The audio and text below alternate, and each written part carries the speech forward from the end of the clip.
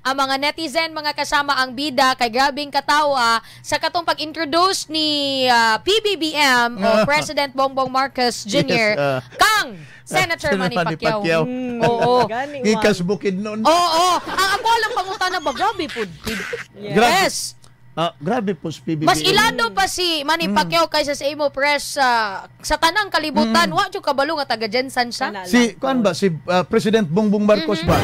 Murag ang iyang baba ug ang iyang daong gano murag layo kaayo. Kaya gisulti siya ang baba. Pero di kadungog iyang daunggan. Nga dali sayop na iyang gisulti. Kaya gisulti nga bukid nun. Di ba? Pasulti ang bukid nun. Masa kadungog ato? Basta tingala gus Pacquiao si bukid nun. Masa kadungog ato nga Jinsan magkusaranggan. Di ba di ako probinsya? Kana lang di ka jumanat. Pagkaingat nga layo. Kayo ang iyang babag iyang daunggan. Natay paminawon ka jumanabi. Yes, ako paminawon no kining pamahayag ni PBBM. Sige daw, day. Dating sa geographical representation, dalawa ang taga Mindanao. Si Manny Pacquiao ng Bukidnon.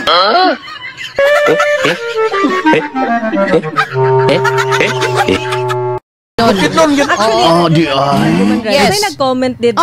Unsay comment? Research lang po na ako karon nga gipanganak daw si Manny Sa Bukidnon. Pero obvious naman kayo nga gi-represent gid niya ang Jensen. Sarangani province. Siguro kay gitan-aw nila ang kanaganing kung baga ka nag-rush Ana siguro. Kana personal details sa birthplace. Roots niya. Birthplace. Mayo nga scriptwriter. Nag-research na ako sa Google din si Manny Pacquiao daw gipanganak sa Kibawe, Bukidnon, Philippines. Dito siya gipanganak pero nagdako siya sa Jensen na siguro.